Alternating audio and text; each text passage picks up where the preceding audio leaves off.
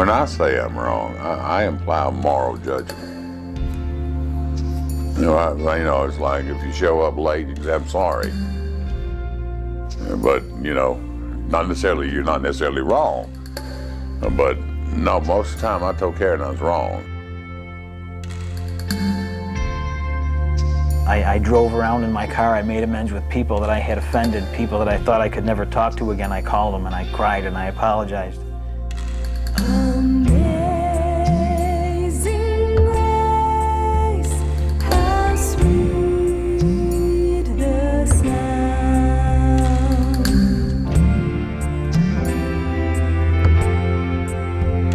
I once was bound, but now I'm free. Hi, I'm Laverne Tripp, and welcome to Born to Be Free. In the last episode, I told you to make a list of all the people you had harmed and became willing to make amends to them all. Did you do it?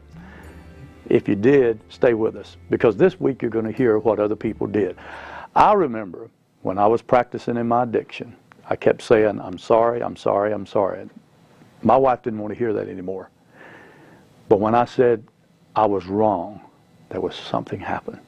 When I admitted what my problems were to someone else, something wonderful happened. And it will happen for you, and you're going to hear from people this week that it's happened for them. Well, if it's happened for us, it'll happen for you if you just do it. Stay tuned, because you were born to be free. In dealing with people that we are approaching for forgiveness, how do you respond to their anger? I think there are three things they need from us. If we are really interested in making restitution, they need to know first that we understand the severity of what we've done. I think they need to hear from us a recognition of the consequences of our behavior, the damage that it did to them.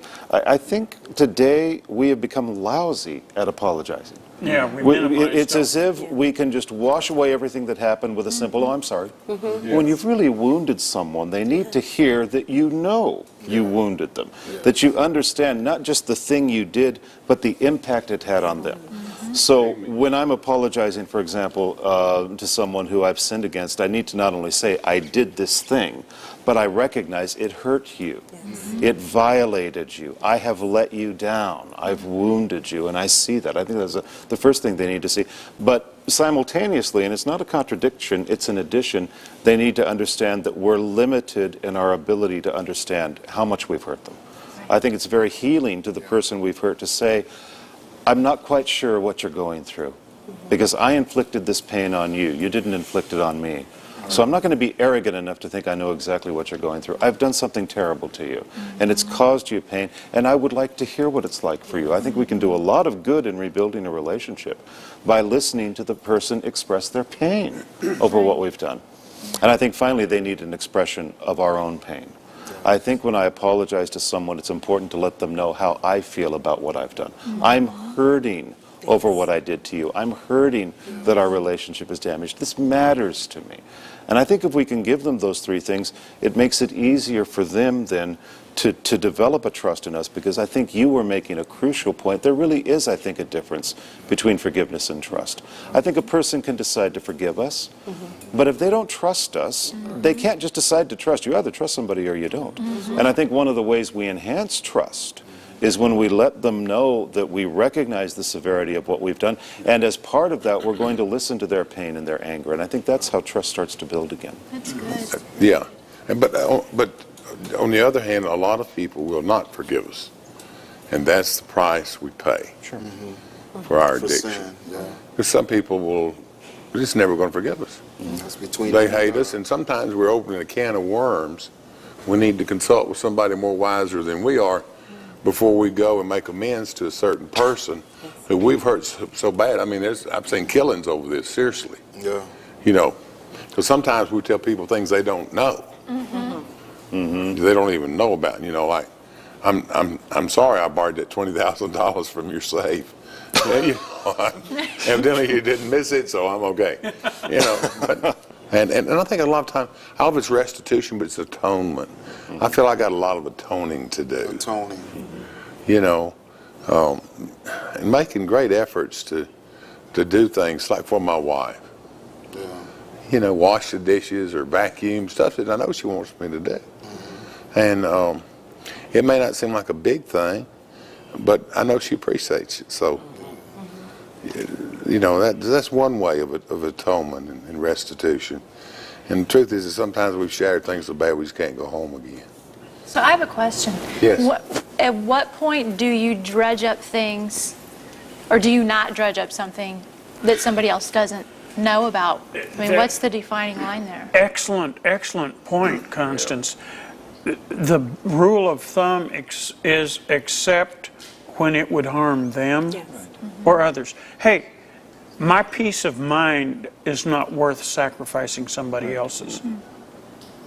And at that point, what you do is you commit it to the Lord, and you trust that He is going to A, work it out, or B, open up the opportunity where it is not going to be damaging for you to go in and make amends and a reconciliation there. You know, just for example, a colleague of mine about a year ago finally confessed to me that for 10 years he had thought I was an absolute jerk. And he had resented me and disliked me, and every time he saw me, he was just repulsed by me. So he wanted to apologize. Well, thanks a lot.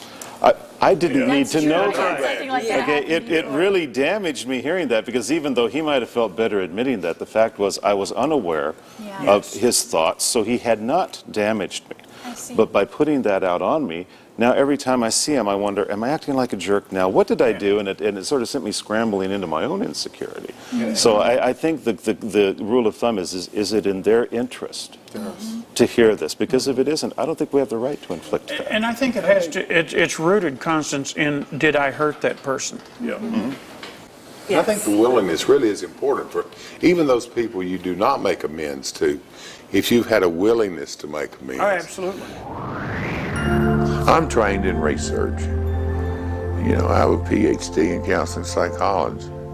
So I knew a pretty good bit about addiction per se, but knew absolutely nothing about gambling addiction.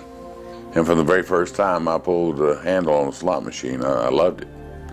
In fact, that night, the very first time I played, they were trying to get me out of the place. I wanted to stay. I wanted to stay and keep playing. I just loved gambling. I loved playing slot machines. People would tell me, well, that's the worst odds you can play. I said, well, I know that. But I didn't have to think. You know, I decided all I had to do was put the money in and push the button. I didn't even pull the handle. You know, and it was quick, immediate feedback. Over the course of 3 years, I lost, I would say over $300,000. I had 17 credit cards maxed out. I had sold a car, I had sold a truck, I had sold a motorcycle. What I had taken $1,000 out of my credit union. That was to buy Christmas gifts. And my gambling mind said, let's go down to the casino and you can double that money. Well, I started gambling. I gambled for a long time, over 20 hours. I didn't eat. I didn't get up to go to the bathroom to relieve myself. I didn't take my blood pressure medication. I didn't even get up to go take a drink of water because I had a machine that I thought was, I was put a lot of money in, and the thinking was, well, it's going to get hot any minute. Never did, but that was my thinking. And so I tried to stand up just to stretch my legs, and I got dizzy, fell on the floor, and I didn't know if I'd had a heart attack or what. They come take my blood pressure, and it was just out of sight. And while I'm laying on the floor, I got to tell you, when you're laying on the floor in a casino and people are stepping over you, that's very embarrassing. But worse than that, a guy sat at my machine and started playing the credits that I had earned on the machine. See, nothing was important. My entire life revolved around gambling. And then Karen's life revolved around me trying to get me to come to my senses. And that was the pathology. It was like a weird planetary system. But the center of that universe for me was gambling. But I was a jerk when I was practicing my gambling. I would pick fights. You know, there's no way to win against a gambling addict. If I come home, supper's not ready, well, I ain't supper ready. I'll just eat down at the casino. Bye. Supper's ready. I ain't gonna eat this crap. I'm gonna eat something good down at the casino. You know. So part of my the psychology of it is to make the other person feel like they made you go gambling. And so that makes them feel guilty and justifies my going. My mind has changed. I got where I could rationalize anything. I could intellectualize anything. So I didn't worry too much about hurting people. It was a matter of saying, well, I'm going to do what I want to do. I came out of the casino and I didn't have a cent on me. I had gas in the car. And I can't tell you how many times I had come out, but for that particular night, it was just, I had a realization that, boy, I have really, really destroyed my life. Everything I worked for. I had decided I was going to shoot myself that night. I always carried a .357 Magnum in the glove compartment. I always had it locked. Turned the key and put my hand in there, couldn't feel nothing. I bent over and I looked, there was nothing in there. I thought, where's my gun? What happened to it? And doggone me, Karen probably took it out because she figured I might be trying to hurt myself. So I drove pretty fast to Mobile, and I woke Karen up when I got in, and I told her, I said, thank you. Oh, you saved my life. You saved my life. You took the gun out. And related to her what had happened. And she told me, she said, Johnny, I didn't take the gun out to save your life. I took the gun out to pay the electric bill so they wouldn't turn our lights off. When I say I'm wrong, I imply a moral judgment. You know, it's like if you show up late, you can say, I'm sorry. But, you know, you're not necessarily wrong. But no, most of the time I told Karen I was wrong. But, you know, my main thing was my wife. That was my main person, you know, that I had to make amends to.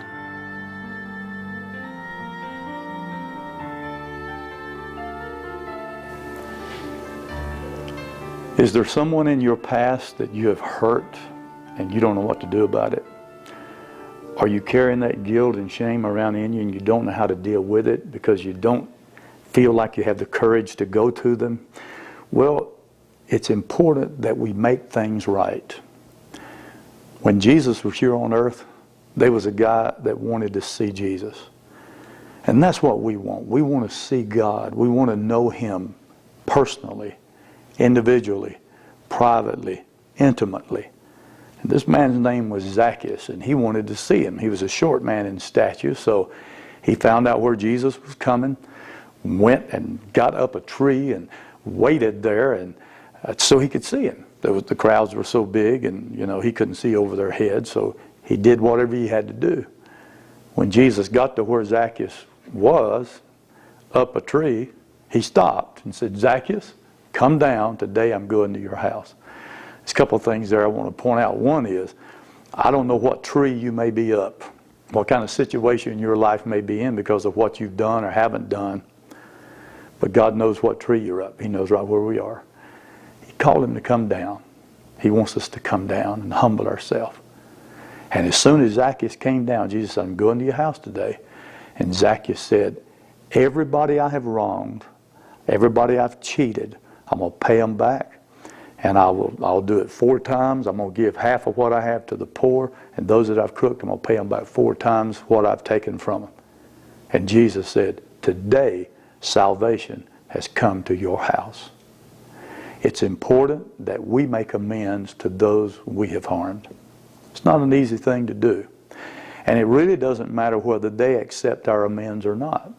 I know in my life when I began to work this biblical principle, not just hear it, but do it. It's not those that hear what Jesus says, but those that do what He says that's going to be standing when the new day dawns. So I went to make amends. One of the first amends I made, well, the first one I made was to my wife. I made amends to my children. And then I went to the next person that was closest to me, I thought, to make amends for the wrong I had done. And when I went to make amends, this person that was supposed to have been a spirit-filled Christian, turned into a demonic-looking figure and began to call me every kind of name there was. And was like, oh my God. But you know what? It doesn't matter whether they accept it or not.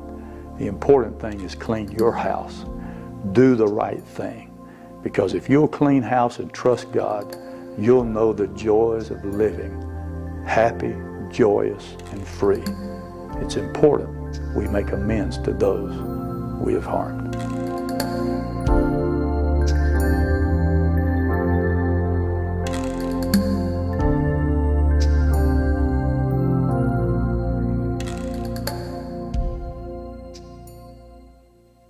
What we're going to deal with today is not preparing, but actually going about and making amends and restitution to those that we have harmed.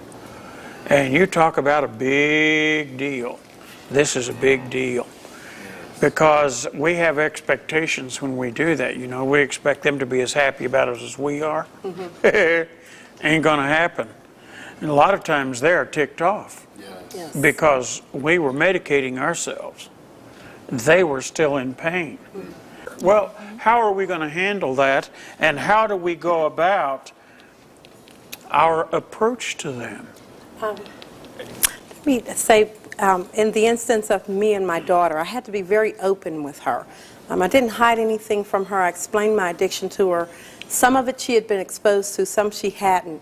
But I didn't take anything for granted. And I went to her and I had to ask for her forgiveness, specifically for what I knew that I did. And I gave her the opportunity to share what I didn't know. And I let her tell me what areas I had hurt her in. And it was hard because I'm her mother. She wanted to please me.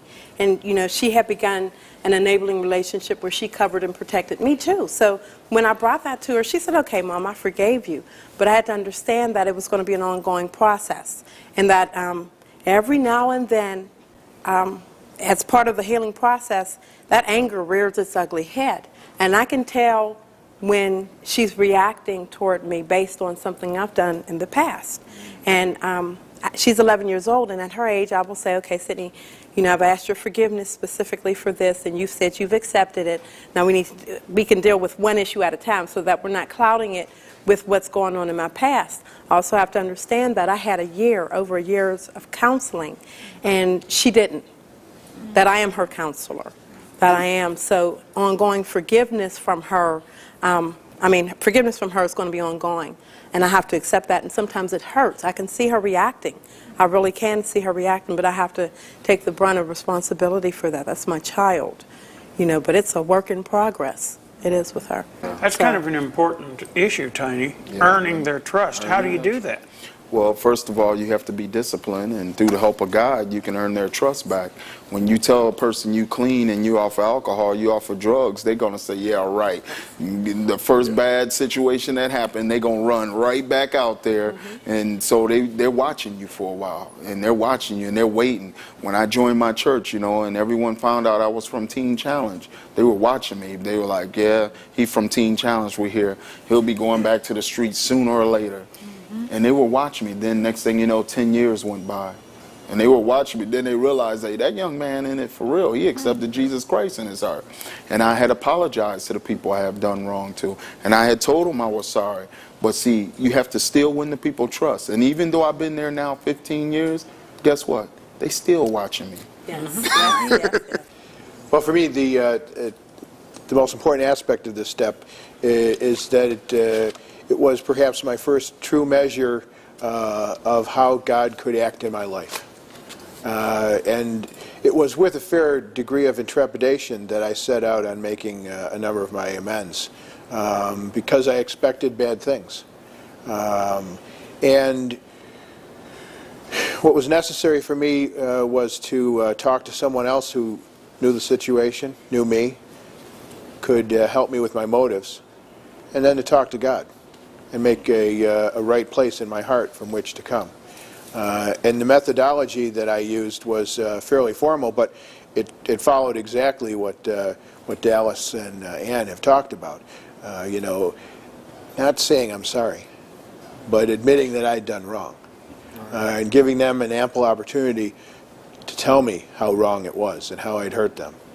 And then being willing to make an amends. And, you know, if that meant paying back money, if that meant doing whatever, my expression of willingness was, how can I make it right? Someone Thank has you. said in asking for forgiveness and putting yourself in a vulnerable position, that it's best not to write it out, because first of all you want the past forgiven, not documented. Yes. And you know, we inflict, or we actually stir up sometimes pain in our making amends. And let's not give people instruments of cruelty. Yeah. So if you are making amends, and if you have amends to make, unconditionally love them and take it. I met Russ in high school. I was about 15, and we hung around with a lot of the kids who did all the partying. And we seemed to fit very well with each other. We got along real well. We just kind of hit it off. Actually, I picked up the partying from him. I never really, you know, did drugs or anything until I met him. So we dated, and then we got married, and had our children. We had our 2 boys, and his drug started getting a little bit worse. I started cheerleading for the Bills, and I started drinking then. But it wasn't uncommon that we would drink a liter of whiskey before we would go out 5-6 nights a week.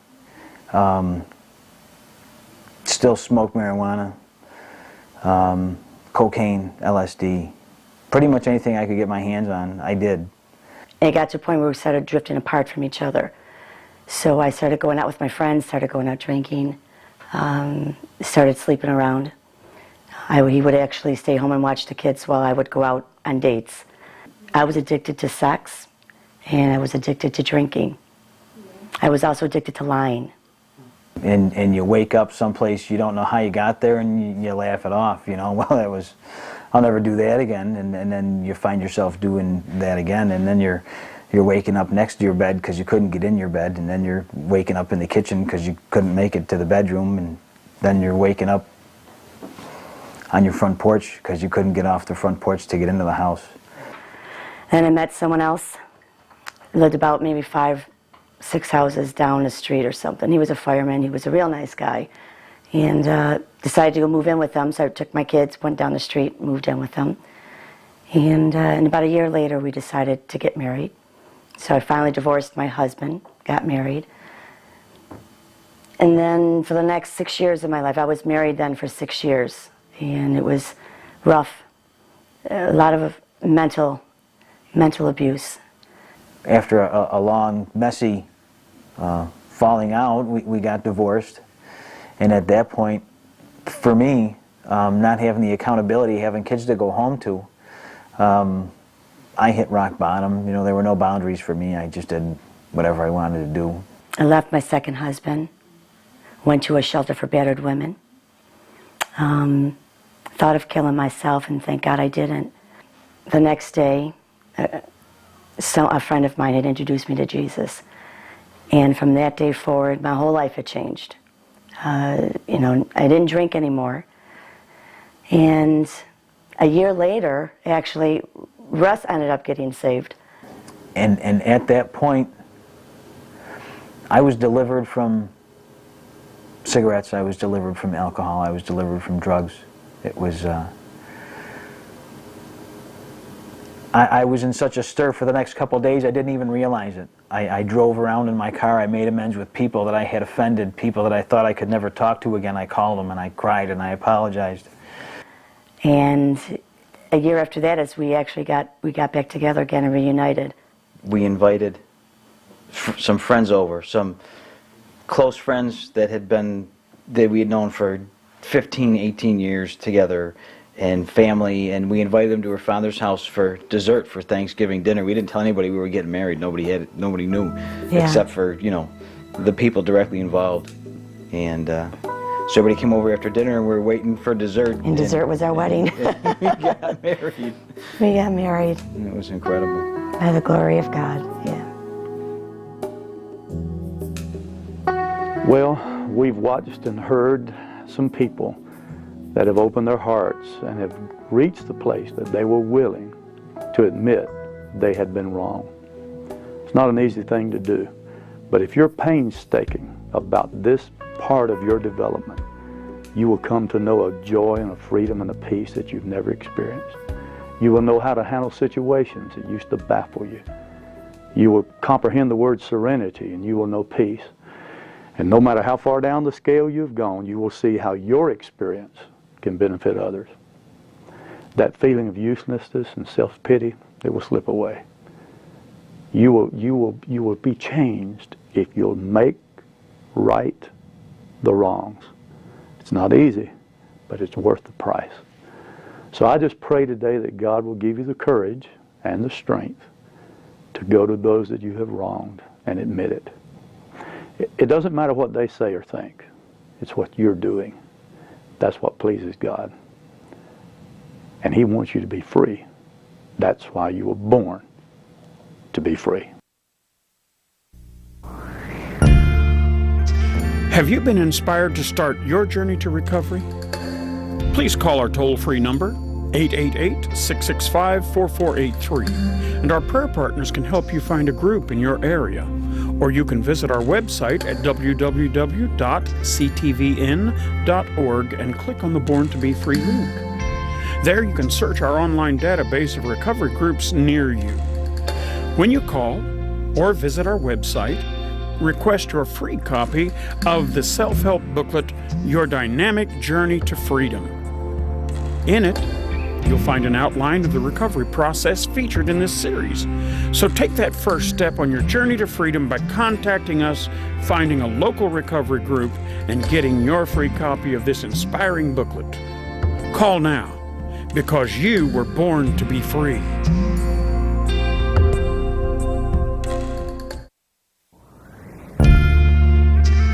I still desire to look good, and I still appreciate the attention of other people, and I have to continually lay that down and continually remember that that is not a goal that I need to have in my life.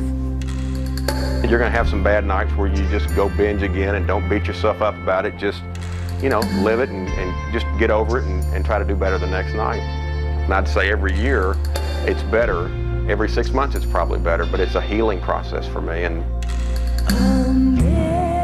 Amazing grace, how sweet the sound.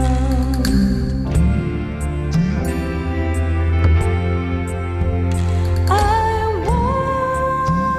once was bound, but now I'm free. Reconciliation you live out every day. Every day I tell my wife how much I appreciate her and how much she means to me. And that's the gift of reconciliation. Restores love, restores trust. Reconciliation is the whole package.